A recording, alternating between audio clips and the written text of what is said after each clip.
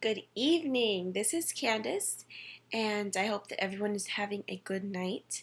I am going to be talking tonight about a subject that's very near and dear to my heart, and that is how to create a sacredness or sacred space within a public or urban classroom. So, um, I've been teaching in the urban environment for about 8 to 9 years, and what that means for me is a primarily working class and community of color, high immigrant population um, within the community. And I think that what I'm going to share really applies to almost any context. It would just have to be adapted. But these are avenues I've specifically used in that environment. And so I know that many folks in our class have a passion for social justice and might see themselves at some point working in an urban environment or similar. And so I wanted to share some of the things I've picked up along the way on how to bring in the idea of the sacred. Now, the sacred is often an area that we only explore within the context of religious practice. And so I understand if anyone raises an eyebrow and says, sacred? Classroom? It doesn't seem to go together in the way that we naturally think about it. But for me, the sacred is really just that which we consider to be special, unique. It's about life and the way in which life is something that we constantly strive to understand, but there's always this element of wonder and this element of mystery, some piece of it that is a surprise or unknown. And to me, this is what the sacred evokes, a sense of the mysterious unknown and deep gratitude, deep reverence for life. And to me, this is truly the sweet center of all social justice work. All of the things that we fight for are because we love life and because we love humanity. And the reason why we need to counter any form of oppression is because this oppression, in essence, denies some aspect of someone's humanity. And so, really, the center of all this is the sacredness of life itself, of every single life, of every single being, and every single moment. And so, this is my view of the sacred that makes it actually something quite essential to bring into the classroom. So, this is a topic that I could possibly talk about for hours and days. And so, I had to think about um, a finite number of things I do on any given day to evoke a sense of the sacred within a classroom setting. And when we're talking about the urban classroom, right, we're talking about a high poverty environment. We're talking about high stress. Because, sad to say, um, especially this public school that I work in, we're not talking about a high quality education. Things that occur within the school site are often the opposite of sacred, right? We have frequent fighting amongst students. At times, there is violence in the community that our young people are exposed to and bring into the school gates. We've even had a shooting right on the front of the school, only meters from where I currently teach. So there's this aura of unsafety, of disconnection, of trauma that's always present within the school where I teach and many schools like it. So there's a way that the sacred can be seen as completely antithetical to the notion of schooling or the kind of schooling that um, our young people are exposed to. And so for me, that makes it even more urgent that when I teach social justice, I'm not just teaching concepts and words for them to memorize or movements for them to repeat back to me. Um, and even more than just teaching them to actually organize around issues and bring these issues to the forefront, which is essential, right? It's important to me that I do even more than that and somehow bring in or restore this idea of the sacredness of our very lives. And this idea has the potential not just to kind of ground and center our work, but actually bring a sense of restoration and a sense of inspiration to the work so that we actually can sustain it. And so, a few simple things that I do um, are around the ideas of opening and closing. So, how you open a space, how you close a space. Thinking deeply about the texts that are chosen and considered within the classroom. Um, Creating spaces to welcome embodiment, and I'll talk more about what that is. And last but not least, uh, thinking about explicitly sacred symbols in the classroom, such as an altar. And then supporting these 5 things. The sixth one is having our own sacred practices as educators that help to sustain us before we come into the classroom. So the first thing I mentioned was opening and closing. This is very simple. But what it means is that as the teacher or educator of any kind, especially in high stress, high trauma, high violence, high poverty locales, that you take the time to be really intentional and really think about what are the first things you do when the students come in that somehow mark that space as one where life is sacred and life is special and life is celebrated and honored versus the space that the students just came from where their lives were not being treated as sacred, where they may have been experiencing some level of dehumanization or oppression, right? Where they may have been being bullied in the hallways or silenced by other teachers or even policed, because many of our schools are highly policed. So they just experienced all these things before walking in my door. And that's a lot. There's no one individual who can contain all of that.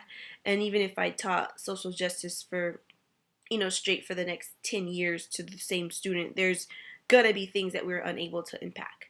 So, how do I delineate my space as a space of freedom? That when we walk in this door, we just experience all these things, but this is a safe haven where we can be seen, where we can hear and be heard, and where our humanity um, is deeply welcomed. And so I think how you open such a space is super important because no matter what you're talking about that day, sometimes, especially when you're dealing with trauma, young people can be, any person, even as the teacher, can be kind of still mentally in the past or in those other experiences of trauma or oppression and unintentionally bring that into the space and make it a little less safe for others. And that's going to happen anyway, but when you have an intentional opening, you are setting that marker and you're setting that boundary and you're triggering everyone's psyche and the collective psyche to say, ah, okay, let's take a deep breath of relief. We're here now. And something different is invited to occur in this space. And then that is part of the sacredness because while you're evoking this different way of engaging with one another, you never quite know what's going to come in the room. So that mystery is always there too, a sense of curiosity. Okay, what's going to happen today? We have this topic, but since we're all invited to be fully present, um, it's going to be a surprise. It's going to be a co-creation, whatever happens on any given day. And so some very simple openings that you can play with are simple check-ins, just going around the circle, going around the room, giving everybody a minute or two to just arrive, to answer how they're doing. These can be fun, it can be silly. I often invite my students to come up with their own fun check-ins, silly things. These can be games. Laughter is extremely healing, and especially for people who are under a lot of constant stress. Laughter can bring healing to the body and to the mind within mere seconds. And so always think about how to bring in a sense of lightness, especially if you're going to be dealing with some heavy topics in your classroom or inviting people to share openly. So openings are important. By the same token, closings are just as important, for all the same reasons. That whatever is open in that space, especially if it might evoke some intense emotion, needs a safe place to close. People need to feel that they can put their armor back on. There's a safe time to take off the armor and to be human with each other, but acknowledging that the world we often face is dehumanizing, and we have these armors and we have these shields for a reason. We need a safe time to put them back on. Checkouts can serve that purpose, same thing going around. A really empowering checkout that I do is gratitudes or appreciations. Everyone taking a moment or two to be appreciative is extremely enriching and nourishing, to strengthen young people in a positive way before they leave the room.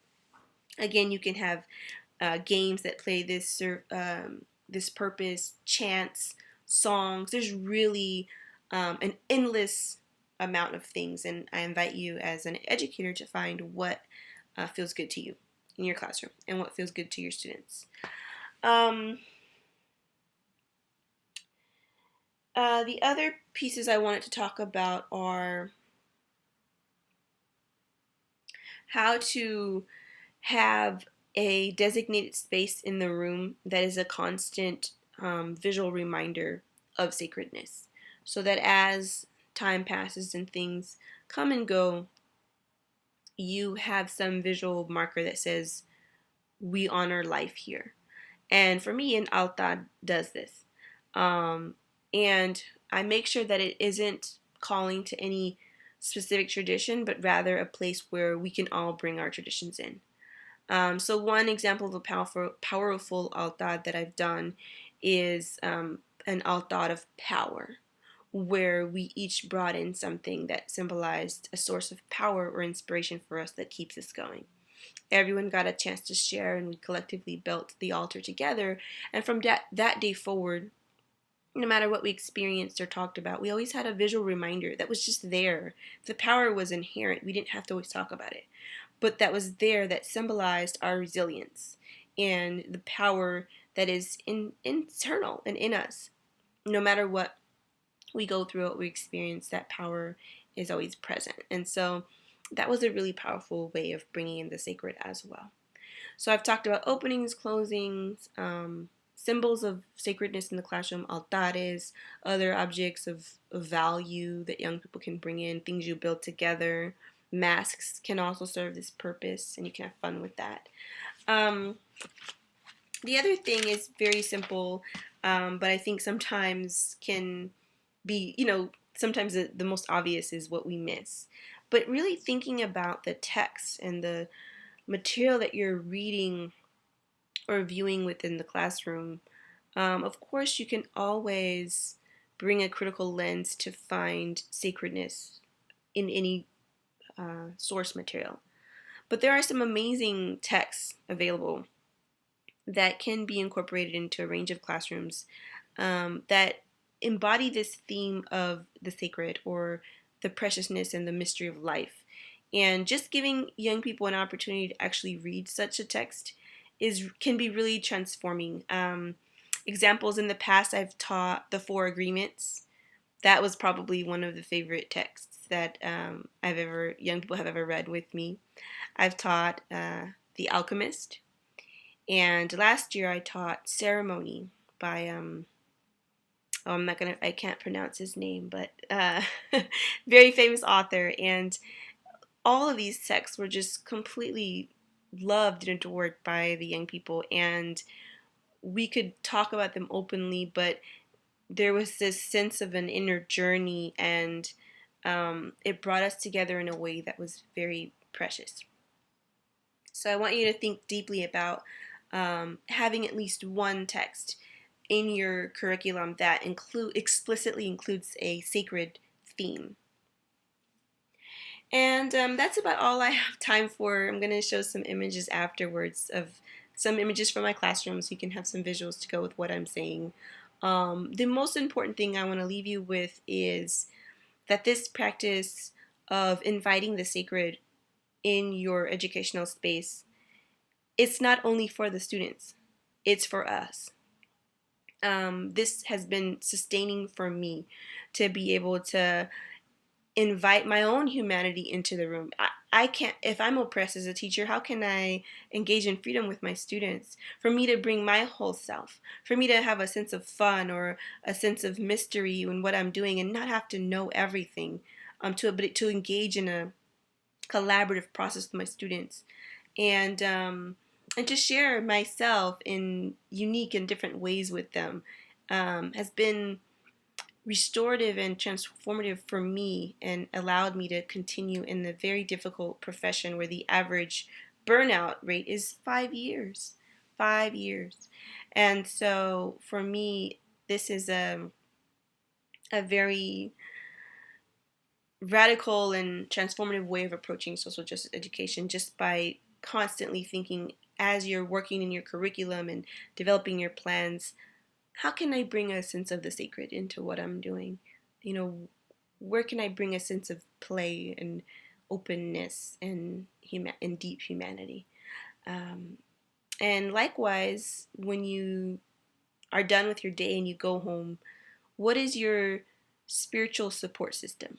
Where is your sense of the sacred and safety to engage in the sacred in your own life? And that's the question I would like to leave you with today. Thank you very much, and I hope that you have a very blessed evening.